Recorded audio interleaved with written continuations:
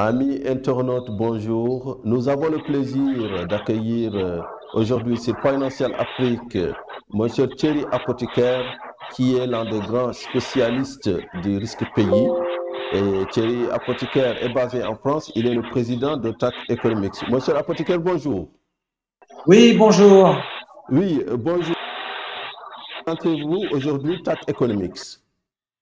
TAC Economics, c'est une société indépendante basée en France et dont la spécialité, c'est de faire la traduction en quelque sorte des enjeux macroéconomiques, des enjeux globaux pour les entreprises, pour les institutions financières. C'est-à-dire, notre métier, c'est d'essayer de comprendre en quoi les évolutions internationales affectent les choix, qu'ils soient stratégiques ou de gestion des entreprises.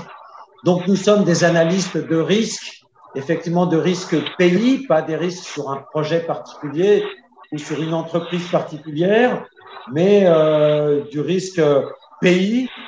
Et ce qui fait l'originalité de l'équipe, c'est que nous combinons toujours à la fois une analyse fondamentale classique, en quoi le pays risque de rencontrer des difficultés ou pas, mais également une analyse numérique, une analyse de modèle, une analyse quantitative, où on déploie toute une série d'instruments quantitatifs pour nous aider justement à réfléchir sur les risques. Alors, est-ce qu'aujourd'hui encore, on peut prédire le futur? Est-ce que la finance a les instruments de prévision compte tenu des grands chocs que nous avons vécus?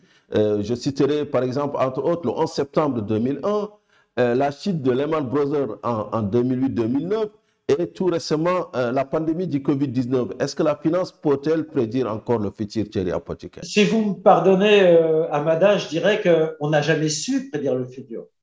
C'est-à-dire, la prédiction du futur, honnêtement, personne ne sait faire ça. Et quand vous remontez à beaucoup plus loin, personne n'avait prévu l'effondrement de l'Union soviétique, personne n'avait prévu les printemps arabes. Et donc, la difficulté de prédire le futur n'est pas nouvelle. Ça a toujours existé.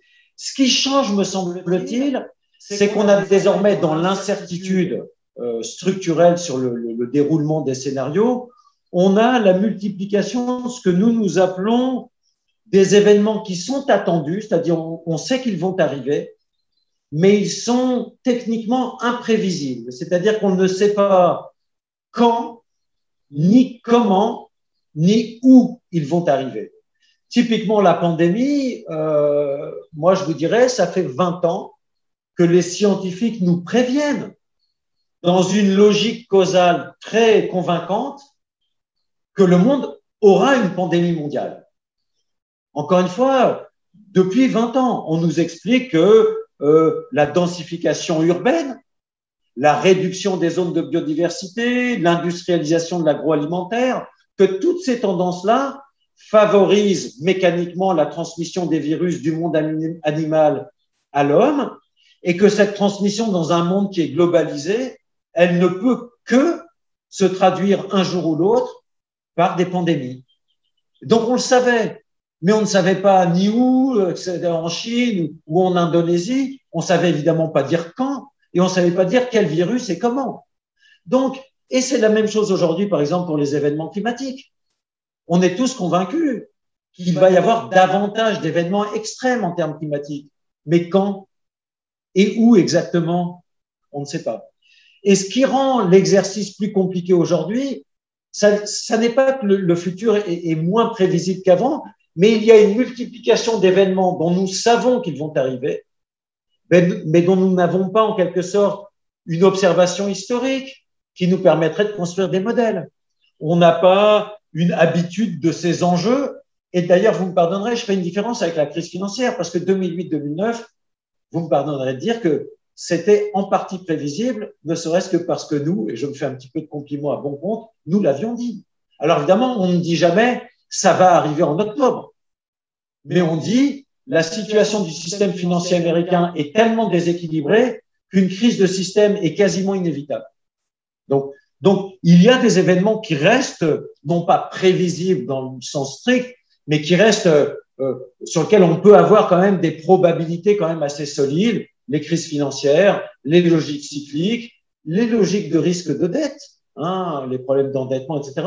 Tout ça continue à constituer des zones de risque qui restent dans le domaine du quantifiable. Mais vous avez, c'est vrai, une multiplication d'événements qui nous interdisent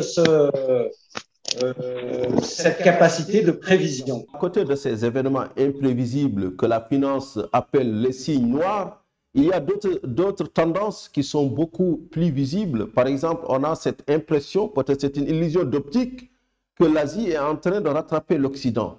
Qu'est-ce que cela traduirait-il dans votre métier d'analyste? Est-ce que vous le sentez réellement ou bien c'est juste une illusion de journaliste et une vue d'esprit? Ah non, je crois que ce n'est pas du tout une vue d'esprit, c'est une réalité, comme vous le dites vous-même, qui est objectivement mesurable, vérifiable. Le poids du PIB de l'Asie dans le monde augmente, le poids de l'Asie dans les échanges mondiaux augmente, le rattrapage technologique de l'Asie s'effectue sous nos yeux. Une partie de ce qu'on observe dans l'hostilité stratégique ou dans la tension stratégique entre la Chine et les États-Unis, elle n'apparaît pas de nulle part, elle apparaît précisément parce que la Chine est en train d'opérer un rattrapage technologique. Donc, oui, je crois que de ce point de vue, c'est incontestable. Et quand vous regardez pour l'Afrique et pour les exportations africaines, les chiffres sont sans appel. Moi, j'ai réuni les chiffres sur la structure des exportations de l'ensemble du continent africain vers les autres zones mondiales. Où l'Afrique exporte-t-elle? Et j'ai fait la comparaison entre le début du siècle, 2000, et les dernières données détaillées qu'on ait, c'est-à-dire 2019. L'Asie, en 2000, représente 17% des exportations totales de l'Afrique. 17%, donc un peu moins du cinquième des exportations totales de l'Afrique. En 2019, elle représente quasiment 40%. Donc, on est passé d'un cinquième à presque la moitié. Mais Thierry, si tu permets, si vous m'entendez, oui.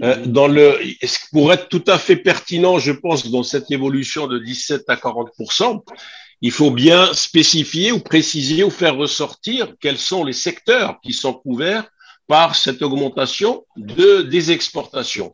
Je pense que la Chine a beaucoup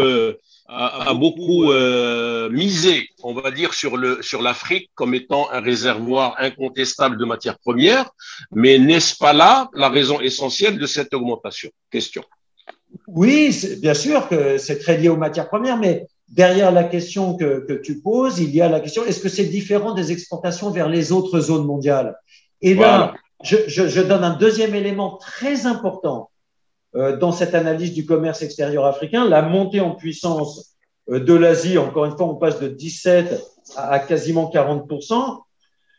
Dans le même temps, l'Union européenne comme marché baisse, alors que l'Afrique exporte essentiellement des matières premières également vers l'Europe. La part de l'Union européenne passe de 47% en 2000 à 33% en 2019. Donc, l'Union européenne aujourd'hui, pour l'ensemble de l'Afrique, est un partenaire moins important que l'Asie. L'Union européenne est aujourd'hui… Alors qu'il était complètement dominant avant. Et dernier élément, si je vous prends encore une minute là-dessus, c'est que l'autre zone d'exportation qui augmente de façon très nette en dehors de l'Asie, il n'y en a qu'une, c'est l'Afrique elle-même. Très bien. Ça va m'amener. C'est un point central. Ça veut dire que dans les 2 dernières décennies, les 2 moteurs du commerce extérieur africain, ça a été l'Asie et le commerce régional. Et là, la remarque que tu faisais, Ali, sur la question de composition par produit des exportations devient beaucoup plus importante parce que c'est une des vertus majeures du commerce intra-africain, c'est qu'il est beaucoup plus diversifié en termes de produits que le commerce de l'Afrique avec le reste du monde. Donc, ça veut dire que du point de vue des pays africains, il y a un effet de diffusion positive dans les économies des échanges avec le reste de l'Afrique qui est plus fort qu'avec le reste du monde. Et pour donner les chiffres, l'Afrique faisait 10% des exportations africaines en 2016, elle en fait 16% en 2019. Et encore une fois, c'est la seule zone qui augmente avec l'Asie. Est-ce que ces chiffres que tu viens de donner et l'importance du commerce intra-africain ne constituent-ils pas le tapis idéal, je dirais presque le tapis roulant qui mène à l'intégration régionale type ZLECA très prochainement? Bah, en tout cas, il y a là une coïncidence qui est un petit peu comme on dit chez nous, un alignement des étoiles. C'est-à-dire, il y a à la fois une avancée institutionnelle au travers du ZLECA qui est très importante, qui a été ratifiée par plus de 40 pays, donc qui est mis en œuvre dès cette année, au moins pour les premières dispositions. Et en même temps, dans les faits, une dynamique du commerce intra-africain qui était en train de se mettre en place et qui effectivement là repose sur les initiatives du secteur privé, l'accompagnement par les banques, etc. Et donc on a cette coïncidence entre une évolution de fait qui correspond à une attractivité, à des opportunités et qui est renforcée ou accompagnée par cette évolution institutionnelle que constitue l'accord de libre-échange transcontinental. Alors là, mon cher apothicaire et mon cher Ben Ahmed, vous venez de dresser le tableau des clients de l'Afrique. C'est la Chine et l'Afrique d'abord. Mais quid alors des fournisseurs? Est-ce qu'on observe cette même tendance auprès des importations africaines? Alors, tout à fait. Alors, je n'ai pas malheureusement là les chiffres immédiatement sous les yeux, mais on a des tendances tout à fait comparables. Alors, bien sûr, sur les échanges intra-africains, par définition, les exportations des uns sont les importations des autres. Donc, vous avez bien la même dynamique sur les échanges africains. De même, vous avez l'Asie qui a émergé, et je pense qu'on le voit tous quand on se circule dans les villes africaines, c'est l'entrée des biens de consommation chinois et des biens de consommation asiatiques en masse. Et d'ailleurs, quand je dis des biens de consommation, pas seulement, hein, des biens d'équipement, etc. Donc, oui, on a, je crois, une tendance parallèle qui opère sur les investissements, sur les importations, et j'ajouterais sur les investissements aussi. C'est-à-dire que vous voyez l'Asie devenir un investisseur, si ce n'est dominant, mais en tout cas majeur pour l'ensemble du continent africain. Alors, pas dans tous les pays et partout, mais sur l'ensemble du continent, l'Asie et la Chine en particulier, Ali Ben Ahmed l'a mentionné tout à l'heure, ont un intérêt stratégique, donc avec des investissements qui deviennent importants, mais également les investissements intra-africains. Les grandes entreprises marocaines qui investissent en Afrique subsaharienne, les entreprises sud-africaines qui remontent progressivement, si je puis dire, dans toute l'Afrique subsaharienne, les entreprises nigérianes, le groupe Dangote, on peut les citer. Hein. On voit bien qu'il y a, du point de vue de l'investissement également, cette double logique qui est à l'œuvre, montée de la puissance dans les relations avec l'Asie, montée de l'intégration et du dynamisme intra-africain.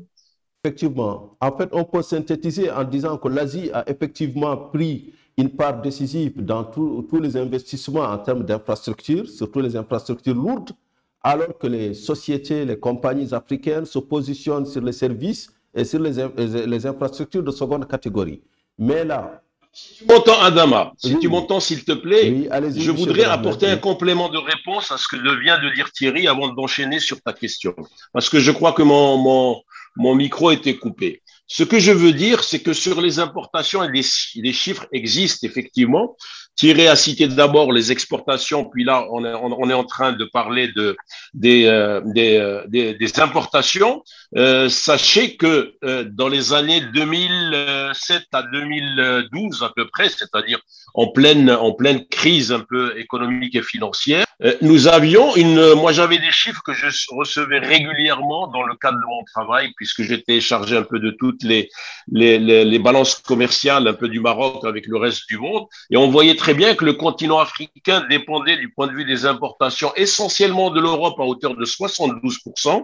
Ce chiffre actuel, et le chiffre actuellement des importations, pour répondre à la question de Adama, les fournisseurs se sont très largement diversifiés, la nationalité de ces fournisseurs, les pays duquel importe l'Afrique se sont diversifiés et multipliés, et bien évidemment le centre de gravité de ce commerce international en termes d'importation qui était essentiellement en Afrique a glissé très largement et de façon, je dirais presque brutale, hein, parce que l'émergence de l'Asie et de la Chine essentiellement et des autres pays de l'Asie a amené beaucoup de pays africains à se diriger bien sûr vers ce point d'importation, vers ces pays d'importation, ces zones d'importation, ce qui a fait baisser considérablement le taux des importations à partir de l'Europe aux alentours entre 60 et 62%.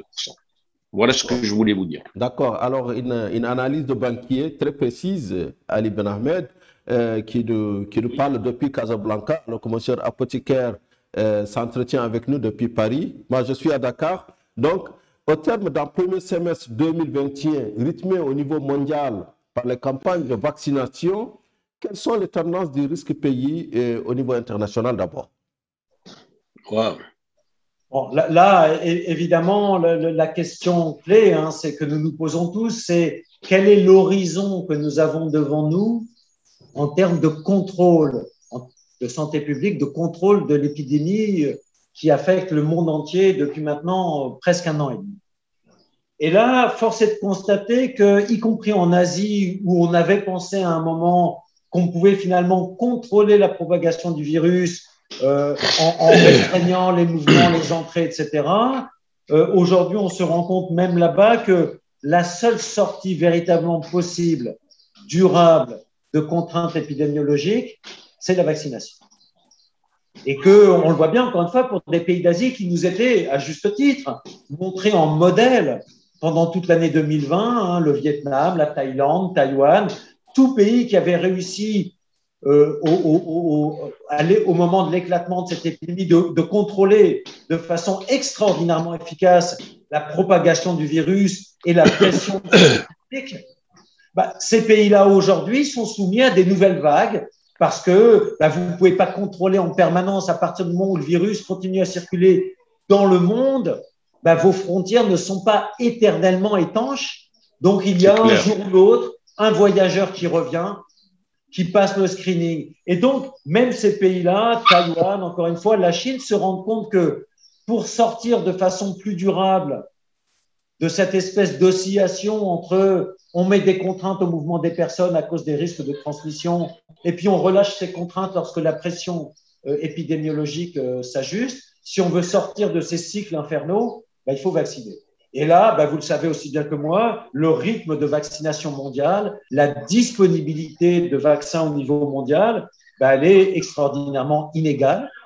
Vous avez des pays, y compris parmi les pays émergents, hein, qui ont, soit par intelligence, soit par habileté, réussi à, et évidemment grâce à des ressources disponibles, ont pu réussir à vacciner très rapidement. On pense à Israël, par exemple, on pense aux Émirats arabes unis, hein, des pays qui ont donc des populations vaccinées qui sont aujourd'hui, qui confèrent en quelque sorte une immunité de groupe assez solide.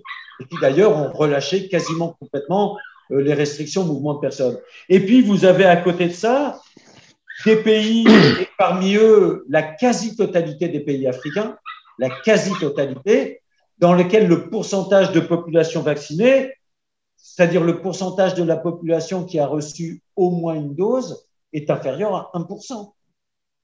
C'est-à-dire où globalement, la pandémie n'est pas sous contrôle de vaccination. Donc, ça veut dire que dans ces pays-là, il y a une capacité sans doute endogène, et c'est ce qu'a démontré l'Afrique quand même en cours de 2020. C'est une capacité endogène, sans doute très liée à la démographie, hein, des gens plus jeunes, plus solides, sans doute aussi au fait que le continent africain, malheureusement, a déjà été affecté par des menaces d'épidémie dont la gravité, d'ailleurs, on pense à Ebola, est infiniment plus forte que la gravité du Covid. Donc, la combinaison de ces éléments démographiques et au fond de know-how, hein, de savoir-faire, les pays africains, encore une fois, sont malheureusement plus habitués à gérer les menaces épidémiologiques. Cette combinaison-là a fait qu'on n'a pas eu jusqu'à présent, ou en tout cas pas reporté jusqu'à présent, en dehors des premières vagues en Afrique du Sud et des vagues qu'on a constatées en Afrique du Nord et si j'étends l'Afrique du Nord jusqu'à l'Éthiopie, qui sont les deux zones africaines dans lesquelles on a eu effectivement des stress épidémiologiques, comme disent les médecins, importants. En dehors de ça, dans l'ensemble de l'Afrique, et donc dans l'ensemble de l'Afrique, encore une fois, subsaharienne, Afrique du Sud. Si tu permets, oui, allez-y, finis Thierry. On n'a pas eu jusqu'à présent de vagues de pression de santé comme on a eu, par exemple, en Europe, comme on a eu dans les pays du Maghreb ou en Afrique du Sud. Mais, je peux. Oui, bien sûr, je t'en prie, Ali. Là, je voudrais répondre précise parce que je suis au Maroc, donc le Maroc s'est distingué quand même par une efficacité beaucoup plus grande dans la campagne de vaccination que j'ai vécue ici en direct. Mais ce qu'on a constaté, malheureusement, je le dis avec beaucoup de gravité, c'est que les rapports Nord-Sud, quel que soit le domaine d'application, restent les mêmes. Dans le cas de la vaccination, tous les vaccins, bien évidemment, viennent d'Europe, des États-Unis et d'Asie. Le Maroc avait signé bien avant, en décembre pratiquement, tous les contrats avec des sociétés comme AstraZeneca, comme Sinopharm. Et ben ces contrats n'ont pas été exécutés à bonne date. Ce qui fait que le Maroc, avec un très bon démarrage en début de campagne de vaccination qui a touché 3 millions de personnes, l'objectif étant de toucher 16 à 20 millions de personnes, a été coupé, cet élan qui était positif pour nous, on en était fiers, parce que l'Inde a décidé du jour au lendemain d'arrêter de livrer les vaccins d'AstraZeneca au Maroc, sur instruction bien sûr du producteur numéro 1 de ces vaccins, l'Inde n'étant que le laboratoire de fabrication. Donc, et Sinopharm, c'est pareil, malgré des contrats en bonne et due forme, on retrouve également là les habituelles, je dirais les habituelles dérives pas du commerce international globalement, mais des luttes qu'il y a entre pays nord et pays sud. C'est toujours la loi du plus fort qui s'applique. Ce qui fait que le Maroc, qui devait finir sur la base des contrats d'approvisionnement qu'il a signés, et ça c'est valable pour les autres pays africains, qui ont dû se retourner vers les vaccins COVAX. Donc, mais il n'empêche que tous les fournisseurs, tu as cité tout à l'heure les Émirats Arabes Unis, c'est des pays qui sont très influents dans le monde, qui ont obtenu toutes les doses qu'ils ont commandées. Les pays les moins influents ont subi des retards comme par hasard d'approvisionnement. C'est un point de polémique, je ne voudrais pas m'étendre là-dessus, Thierry, mais ça a beaucoup fait de bruit, de débat ici, parce que quand le Maroc avait déjà payé pratiquement la totalité de ses approvisionnements, et par hasard, le Maroc commençait à être dans les meilleurs classements de campagne de vaccination, on retrouve des dérives qui ne sont pas acceptables et qui sont… voilà ce que je voulais noter comme point particulier. J'entends bien, comme tu le dis, c'est extrêmement polémique parce que moi, je ne suis pas du tout d'accord avec ça. Dans les premiers pays qui n'ont pas eu les vaccins demandés, il y a eu l'Union européenne. Alors, ça, ce n'est pas du rapport Nord-Sud. Les pays qui ont réduit… les pays qui ont réduit les fournitures aux pays émergents, c'est la Chine, c'est pas un rapport Nord-Sud. C'est l'Inde. Alors tu dis oui, l'Inde, c'est sur instruction d'AstraZeneca. Pas du tout. C'est parce que tu avais des centaines de milliers de morts en Inde. Non, c'est bien avant. Non, excuse-moi Thierry, je vais préciser.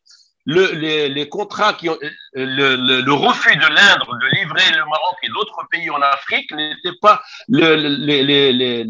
l'élévation, l'explosion des morts est arrivée 3 ou 4 semaines avant la notification de l'Inde, disant à ces pays qui devaient recevoir les doses que nous avons un peu de retard de livraison. Mais c'était bien avant, 3 ou 4 semaines avant l'explosion des morts en Inde. Donc, deuxièmement, je ne vise pas que l'Europe ou AstraZeneca, je vise également Sinopharm. Sinopharm a été l'un des premiers pays, la Chine, à proposer à tous les pays en Afrique de choisir leur vaccin au détriment de l'autre. Il y a eu la guerre, bien sûr, de la guerre entre les différents grands laboratoires. Mais on va fermer la polémique, j'ai pas envie, très envie de le dire.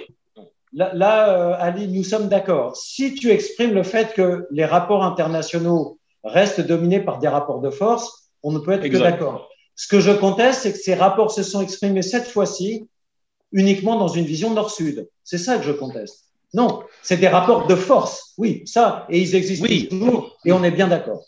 Radi, dernière conclusion sur le point. Je vais te préciser une chose. Tu me dis l'Europe, non. L'Europe a reçu la totalité de ses vaccins au jour d'aujourd'hui. Le Maroc n'a pas reçu encore au jour d'aujourd'hui la totalité de ses commandes. On est à 9 millions de vaccinations à peu près sur les 2 doses, parce qu'il y a 2 doses. Et on est autour de 6 millions à peu près pour la 2e dose. Et on est loin des commandes qui ont été faites de 16 millions de doses. Donc, ce n'est pas, c'est certes, mais là, je vois quand même une différence de traitement que je n'ai pas envie de laisser passer. C'est tout, parenthèse fermée. Je voudrais te dire une question, par contre, pour revenir dans notre sujet avec Adama, c'est que, la question que je me pose, est-ce que l'intégration régionale, type ZLECA, est-ce qu'elle, à mon sens, j'ai la réponse pour moi-même, mais je voudrais écouter la tienne beaucoup plus autorisée que la mienne. Est-ce que le fait d'avancer sur la notion de regroupement juridique et la matérialisation des accords qui commence à se faire graduellement, ça va prendre du temps, mais ça va se faire, à mon avis. Est-ce que ça n'aura pas un impact très important sur la notion de risque pays? Alors, ça aura un impact important sur la notion de risque pays si ça a un impact important sur les performances macroéconomiques des pays. Donc, ou de la zone. Donc la réponse, c'est forcément que est-ce que l'accord de libre-échange transcontinental va se traduire par une amélioration visible, forte des performances macroéconomiques africaines? Alors, la réponse conceptuelle, théorique, c'est oui, probablement. C'est-à-dire qu'il y a à la fois des arguments sur la logique, je dirais, de gravité, c'est-à-dire d'intérêt pour chaque pays de commercer plutôt avec ses voisins plutôt que de commercer avec le lointain, si je peux dire. Ça a une logique parce que, comme je le disais, lorsqu'on regarde la composition des échanges, les économies, paradoxalement, sont plus complémentaires qu'il n'y paraît. C'est-à-dire que tel pays va avoir un développement sur un secteur, mais c'est des micro-secteurs.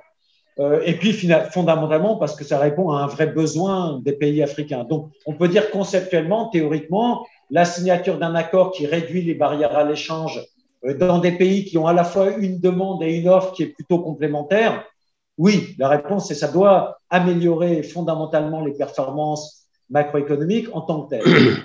Maintenant, évidemment, une fois qu'on a dit ça, on n'a pas dit grand-chose sur le risque pays parce que, à côté de l'effet de l'épidémie, à côté de l'effet de l'épidémie sur l'économie mondiale, donc sur le cycle des matières premières, et donc sur la chronologie qu'on peut faire dans le futur de tout ça, les effets structurels de cet accord seront négligeables en termes de performance économique, en tout cas pour cette année et pour l'année prochaine, par rapport aux effets massifs, par exemple des prix des matières premières.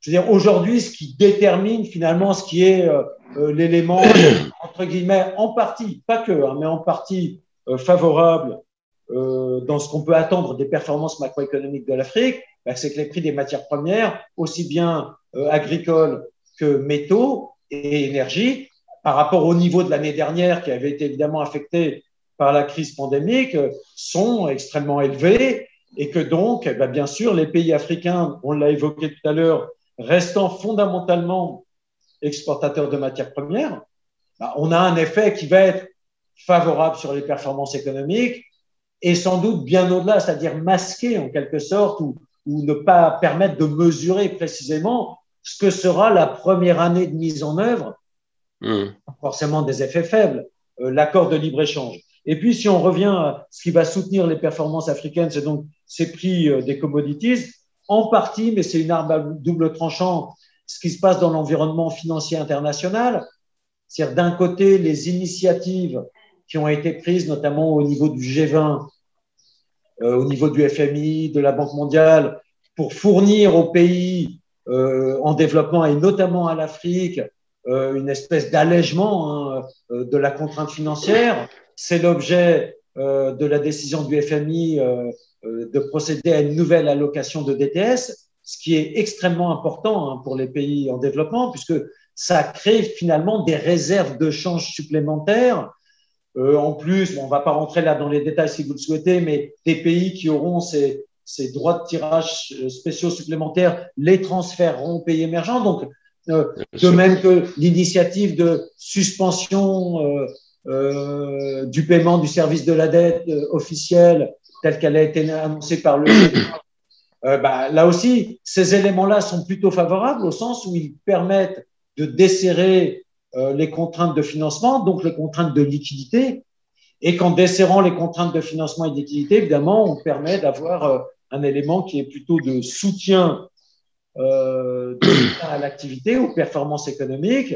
Donc, tout ceci est plutôt favorable, mais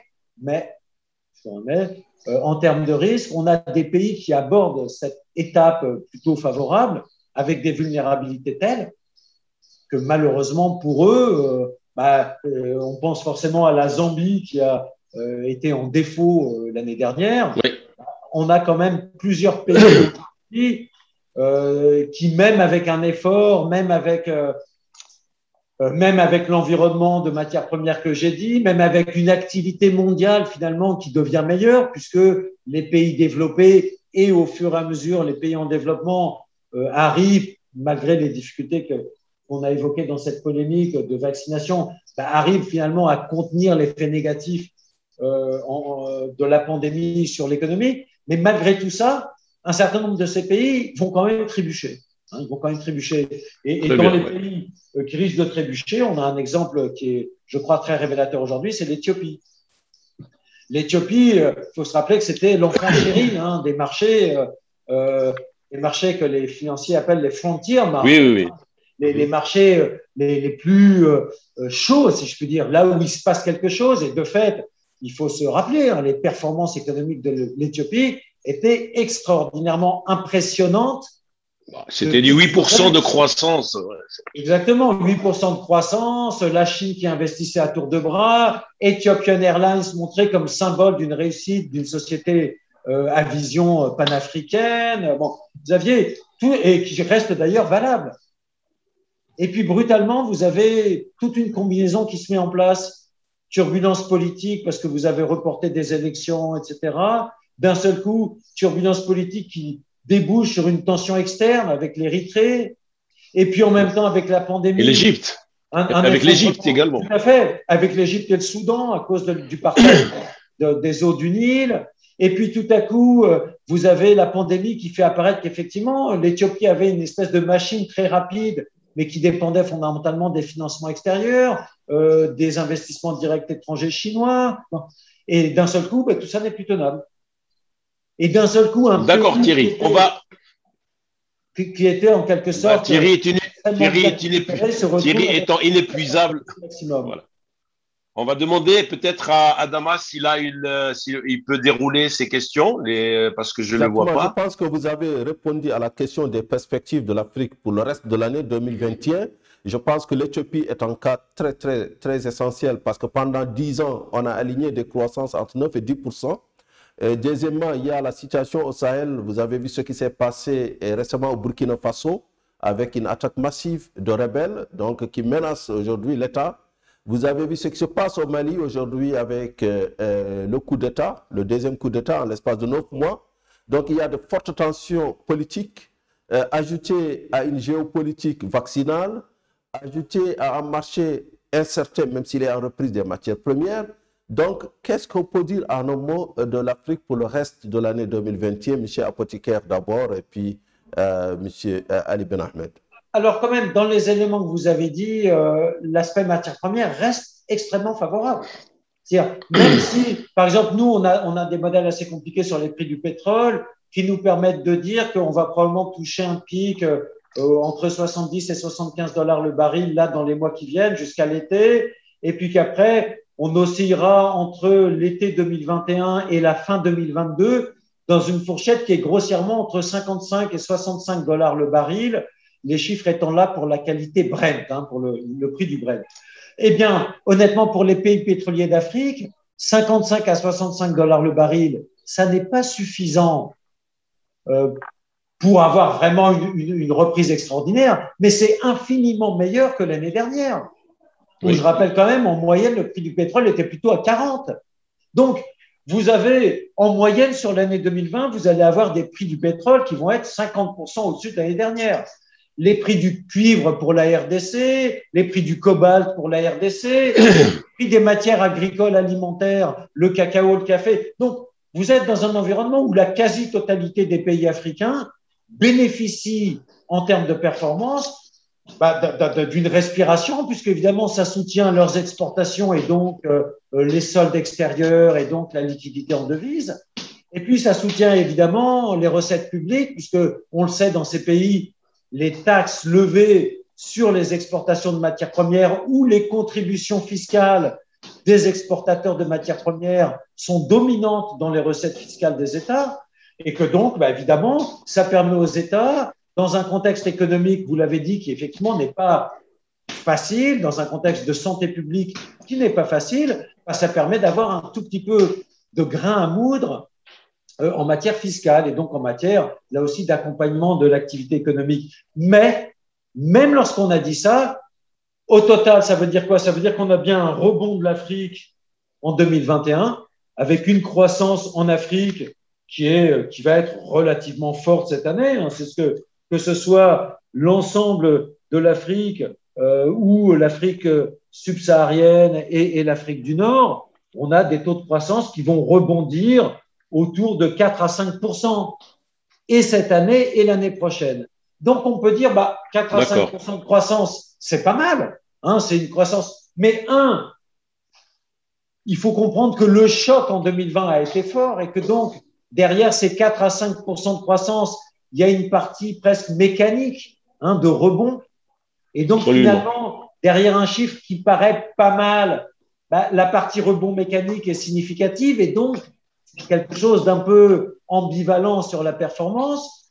Et puis, lorsqu'on projette à 2022 et qu'on a une croissance qui serait de l'ordre, là aussi, de 4 à 5%, on est quand même assez nettement en deçà que ce qui étaient les performances de l'ensemble de l'Afrique jusqu'au choc de la pandémie, où on avait globalement des croissances de 5. Et j'ai une question à Adama et Thierry. Moi, je fais des constats. J'ai assisté dernièrement à une réunion qui a été organisée par l'Afrique Exim Bank sur le commerce international, puisque c'est mon métier. Et on faisait des constats sur les relations comment les banques ont réagi à cette pandémie. Je vais pas faire exception. Encore une fois, je vais être un peu polémiste, Thierry, si tu veux bien. Ça permettra d'avoir des réponses et académiques et politiques et économiques. Ce qu'on a constaté tous, d'ailleurs, autour de ce débat, c'est que est apparu pour la première fois dans les lettres de crédit émises par le continent africain, qui était beaucoup moins touché d'apparence, beaucoup moins touché. Jamais il y a eu l'épicentre du coronavirus violent, à part peut-être un peu en Afrique du Nord. Mais globalement, par rapport aux chiffres qui ont été malheureusement très élevés en Europe, aux États-Unis, en Amérique latine, je parle du Brésil, et puis de l'Inde en dernier ressort, l'Afrique était un peu moins touchée. Par contre, les réactions qu'on a relevées, et c'est très étonnant et c'est, je dirais, entre guillemets, presque innovant. Beaucoup de banques étrangères ont mis en veilleuse toutes les lignes de confirmation qu'elles ont mises en place en faveur de beaucoup de banques en Afrique. Réaction quand même qui était il n'y a pas eu d'un pays, à part tu as cité à juste titre l'Éthiopie, où 2 de leurs banques principales ont fait défaut, mais globalement, oui, je peux te donner les noms, mais on n'est pas là pour donner les noms. Mais moi, c'est ma propre banque, Tijari, qui en a souffert dans une grosse opération, en un pays assez long. Donc si tu veux, il y a des soubresauts. Tu as cité la Zambie tout à l'heure, mais globalement, et je cite un pays, encore j'en ai parlé déjà avec Adama plusieurs fois, tu as un pays qui souffre beaucoup plus peut-être que les autres parce qu'il est en pleine guerre civile, et il y a beaucoup de négociations autour de ce pays, c'est la Libye. La Libye, malgré toute cette situation de guerre depuis la chute de Kadhafi, moi je travaille beaucoup avec leur banque centrale.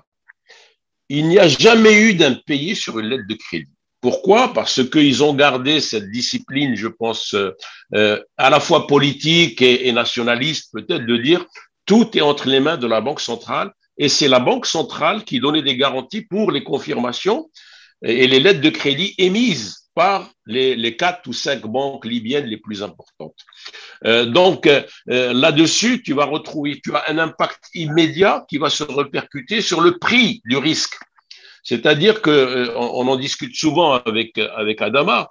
Tu as une notion de louvoiement sur le pricing qui vont passer sur un pays comme la Libye qui est vraiment à risque. On peut pas dire que c'est pas un pays à risque, qui est instable politiquement, qui est en pleine négociation avec beaucoup de pays qui s'y intéressent pour ses richesses et qui est arrivé quand même à donner une réponse de risque qui est positive et constructive aux pays européens, pays des fournisseurs, qui payent, ou plutôt qui leur livrent les marchandises réglées par l'aide de crédit.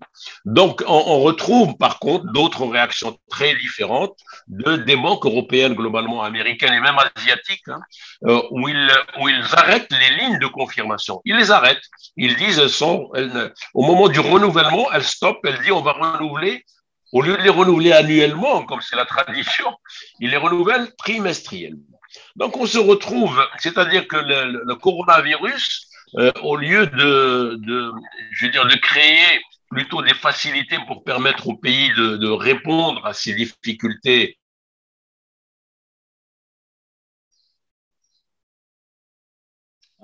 Voilà, on a perdu le son. Monsieur Apothicaire, vous êtes là, vous m'entendez? Oui, oui, oui. Oui, en fait, ce qu'il dit est très, très important, c'est que sur les lettres de crédit, le pricing a été augmenté sur l'Afrique. Donc, Ali Ben Ahmed, je disais que ce que vous dites est très important, puisque sur les lettres de crédit, on voit quand même un pricing très élevé sur l'Afrique. D'ailleurs, à se demander si la Libye, qui est en guerre civile, vit des lettres de crédit, ce n'est pas elle qui est plutôt en paix, puisque la Côte d'Ivoire et les autres pays d'Afrique subsaharienne ont subi le contre-coup avec des taux très élevés aujourd'hui. Donc, finalement, la question que l'on se pose, c'est est-ce que le risque crédit ou le risque pays est-il traduit intégralement dans le pricing des lettres de crédit, ou bien il y a d'autres facteurs handicapants pour l'Afrique subsaharienne? Là, je deviens encore plus polémique que Ali Ben Ahmed, M. Apothicaire. C'est la première fois. Alors, moi, non, je crois que le pricing, il reflète toujours deux choses. Il reflète le risque payé, bien sûr, mais il reflète aussi, sans doute en partie, les choix stratégiques des grandes banques internationales. C'est-à-dire que toutes les banques font des choix sur les métiers qu'ils veulent exercer. Les banques, et en particulier les banques européennes et américaines, ont des régulateurs qui épluchent de façon extrêmement, qui leur demandent des stress tests.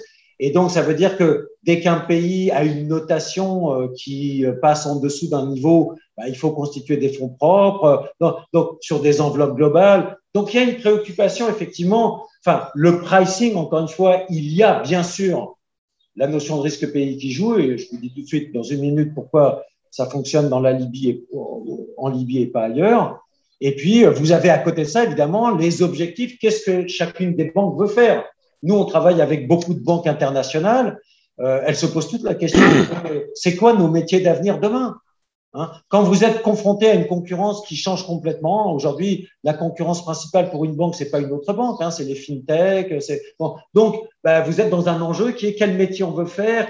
Et effectivement, il y a beaucoup de banques américaines et européennes qui sont attendées l'international. C'est trop compliqué.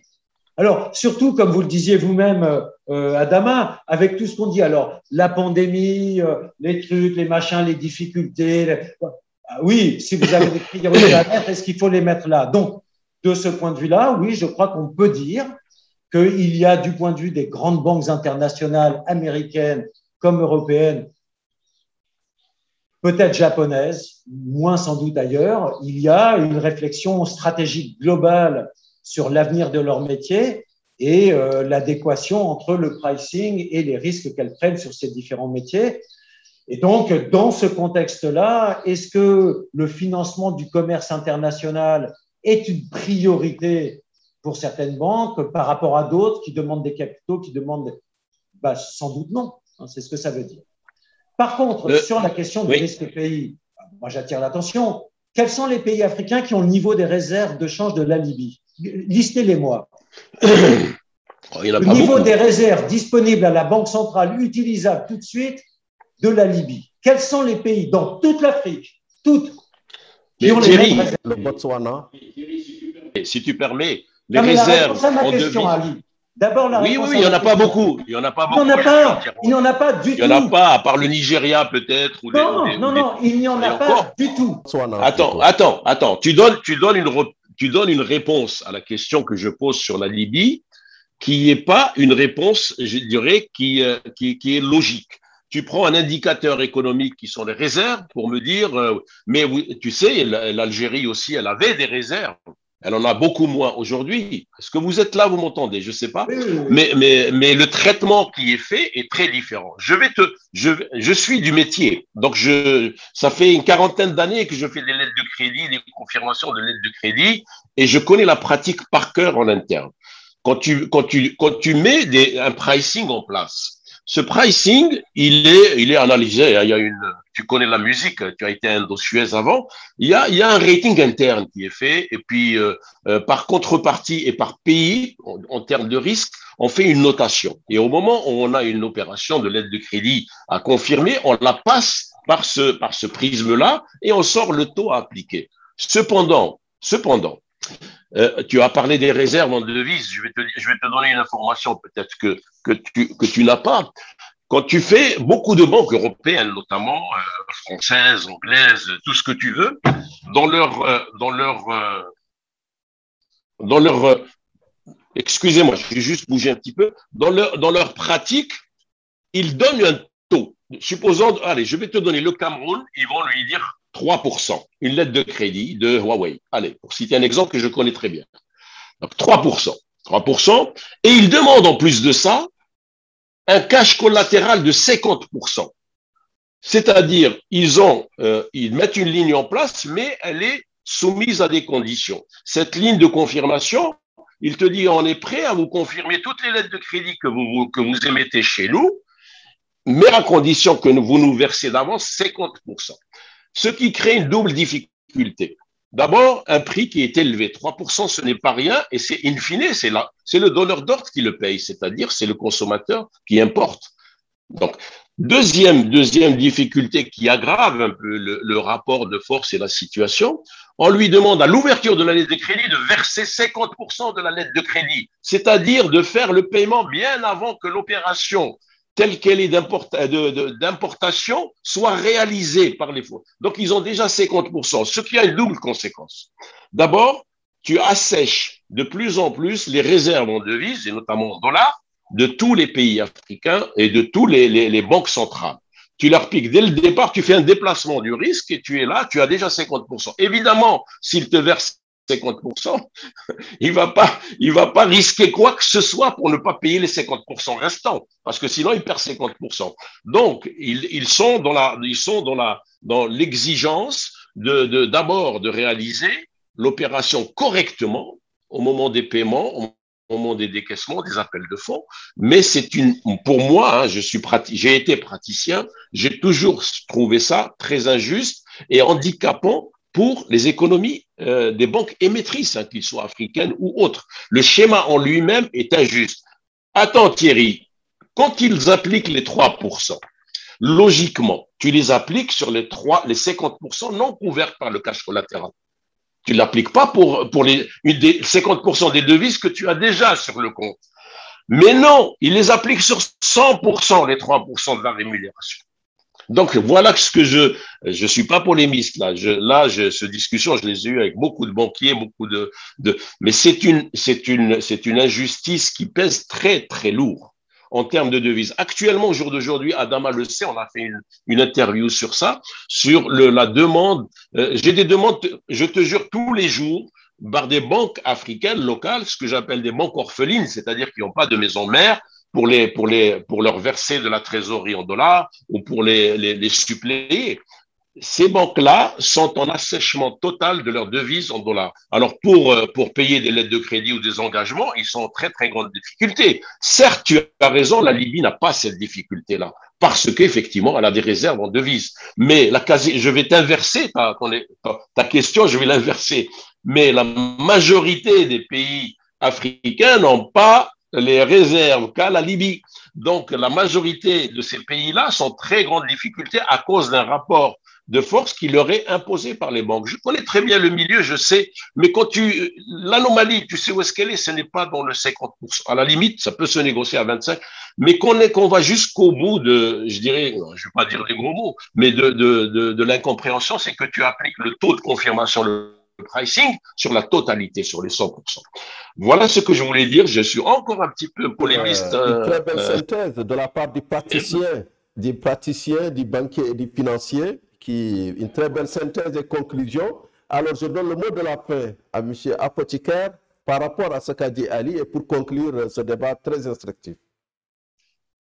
Écoutez, là encore, je ne veux pas du tout paraître ni cynique ni polémiste, mais découvrir que les entreprises et les banques fonctionnent en termes de rapport de force, je veux dire, bien sûr. Effectivement, un emprunteur fragile a toujours le bras tordu par son banquier. Hein. Donc, un emprunteur qui est en difficulté, il aura le bras tordu par son banquier.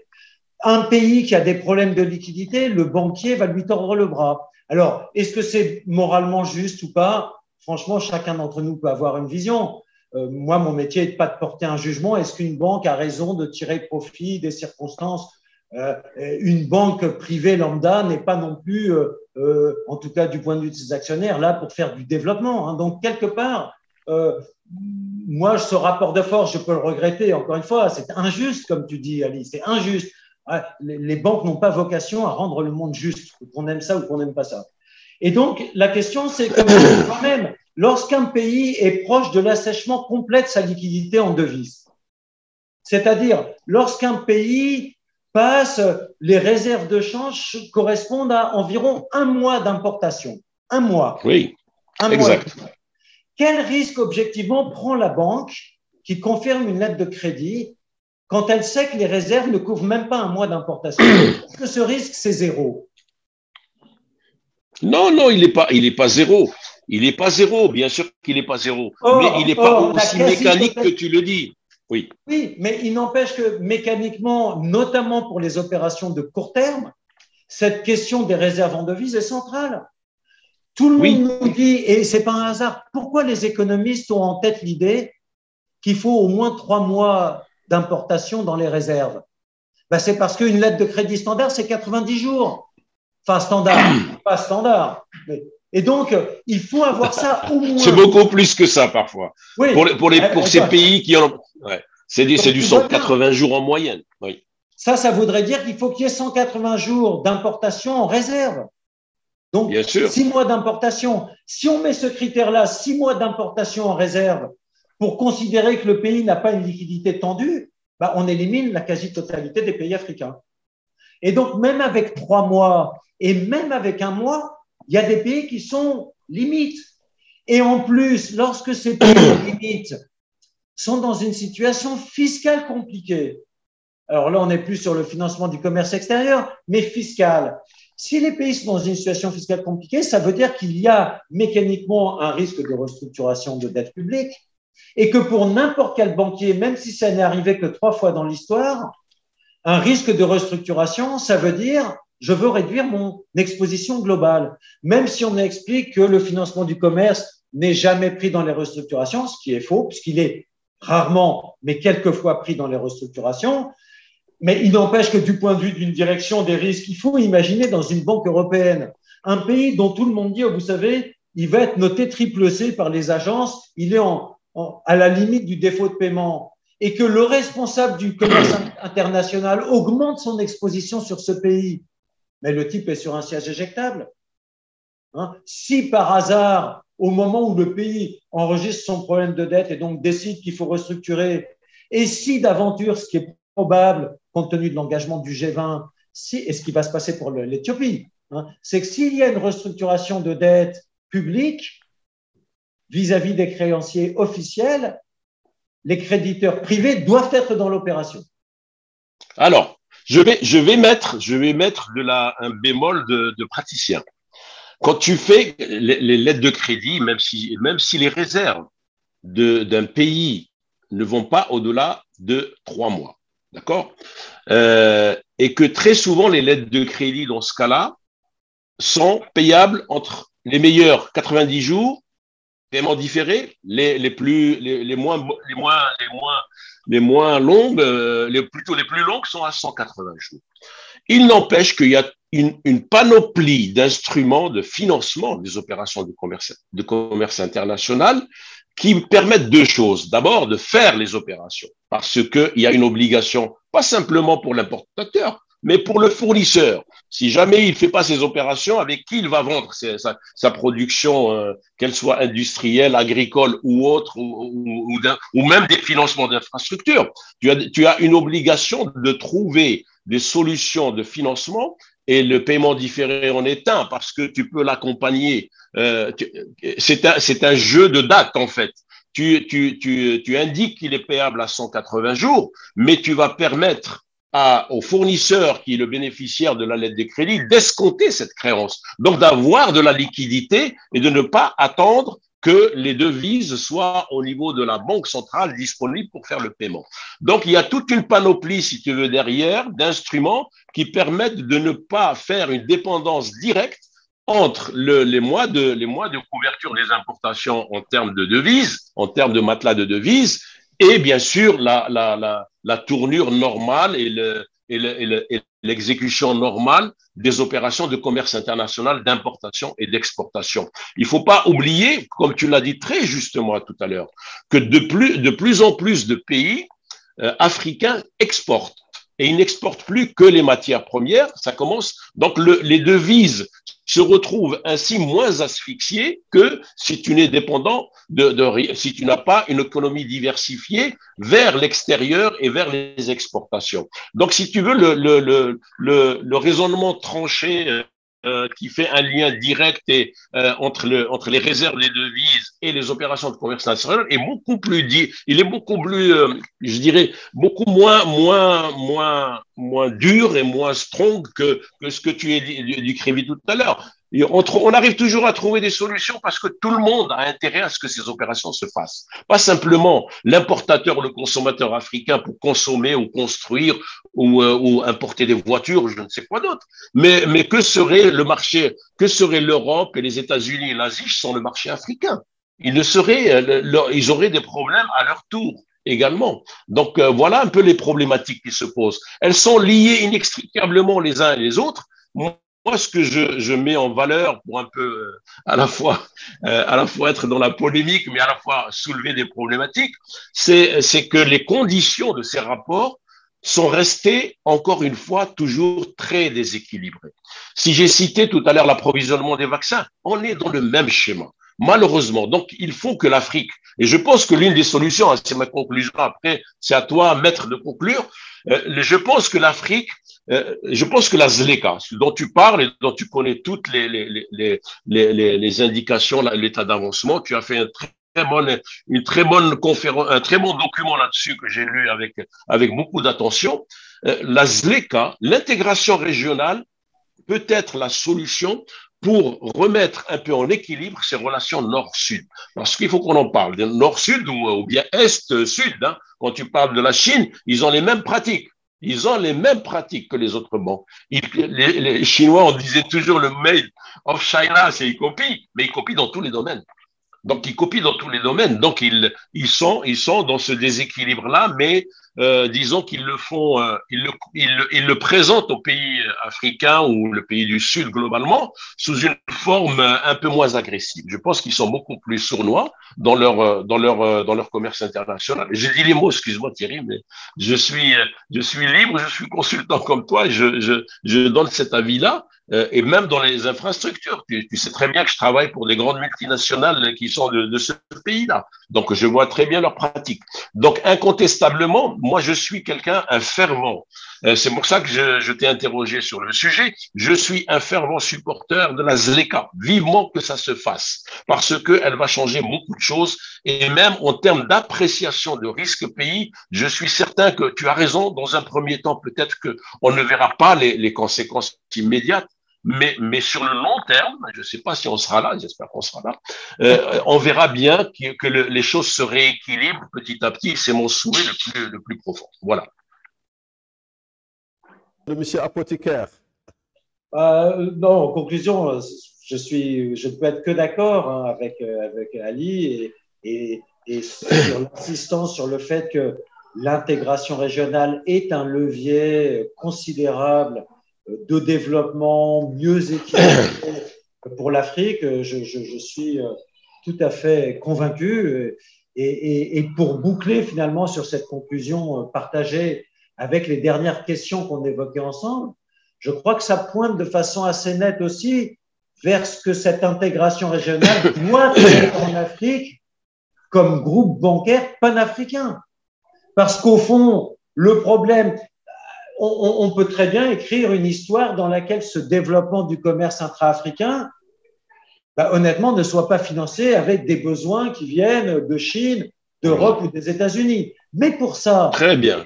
Bien sûr, on a déjà des exemples, bien sûr, y compris la banque Ali pour laquelle tu continues à travailler au Maroc. On a quelques banques nigérianes, bien sûr quelques banques sud-africaines, mais on voit bien oui, tout à fait. On voit bien qu'il y a là, pour résoudre ce problème finalement à la fois de liquidité et d'accompagnement du commerce international, qu'il y a un vrai besoin pour les banques africaines d'avoir cette vision que tu défends, Ali, cette vision transcontinentale, mais aussi de se doter des outils, des équipes, des façons de penser qui permettent de gérer de façon raisonnablement safe, raisonnablement solide, une politique d'expansion internationale pour ces banques africaines dont la plupart pour le moment, à part les quelques pays ou exceptions qu'on peut citer, n'ont pas une familiarité, une expertise, une capacité de faire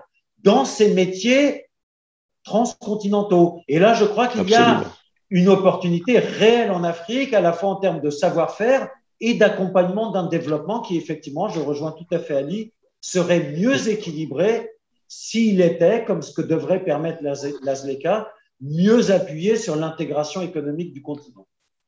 Adama, laisse-moi 2 secondes pour dire une conclusion que j'ai oubliée, si tu permets. Moi, je connais Thierry depuis, je ne sais plus combien d'années, pour moi, c'est ma référence, risque pays, et c'est mon professeur. Donc, je vais encourager toutes les entreprises qui vont nous écouter très probablement dans cette interview, les entreprises africaines qui commencent à devenir de plus en plus importantes. On voit dans le tissu économique de beaucoup de pays que je connais, beaucoup d'entreprises qui commencent à se diversifier, à exporter. Donc, je les encourage vivement à prendre contact avec Thierry Apothicaire parce qu'il est d'un conseil vraiment très précieux et pas simplement les entreprises. J'invite également toutes les banques, notamment les banques orphelines, parce que ces banques-là n'ont pas une maison mère qui va leur amener le conseil et qui va leur ramener surtout la pertinence d'une analyse de risque, parce que les banques, c'est le risque, ils achètent et ils vendent du risque. Donc, il faut bien qu'ils l'étudient. Et Thierry Apothicaire, je ne vais pas faire sa publicité, il est connu dans le monde, il est à l'Union européenne, il l'a pas dit tout à l'heure, il est conseiller, donc et c'est un ancien professeur d'HEC, il le dit pas, mais je vais le dire, et il est toujours conseiller de plusieurs entreprises. Donc, j'invite à la fois les entreprises africaines très importantes et notamment les gouvernements, même les autorités publiques, à prendre contact pour avoir du conseil très, très précieux dans ce domaine, parce que ça leur donnera des instruments de négociation beaucoup plus pertinents, et également les banques pour installer au sein de leurs équipes un esprit analyse de risque et connaissance du risque au niveau du monde. Et là-dessus, j'ai pas besoin de faire sa publicité. Allez sur le site de TAC, Thierry Apothicaire Consulting, et vous verrez que la production en termes d'articles et d'analyse, elle est vraiment abondante et elle est pertinente. Voilà, merci Adama de me laisser ces 30 secondes. Cette belle conclusion, j'ai beaucoup aimé la définition du métier de la banque, acheter des risques, Moi, je dirais acheter et vendre du risque. Donc, merci à Thierry Apothicaire qui... Exactement. Du risque. Exactement. Intermédier le risque. Merci à Thierry Apothicaire qui, comme vous l'avez dit, est conseiller à l'Union européenne, entre autres, ancien professeur à HEC et grand spécialiste et expert des risques pays. Donc, merci pour s'être prêté à ce jeu des questions-réponses de Financial Afrique avec un banquier de renom, Ali Ben Ahmed, ancien directeur à l'international de Attijari Wafa Bank, qui s'est livré dans un rapport entre la perception géopolitique du risque que peut être un pays comme la Libye et le pricing réel qui est pratiqué. Et là, il y a beaucoup de surprises. Donc, chers auditeurs, merci beaucoup pour votre attention. C'était le débat de Financial Afrique. À la prochaine.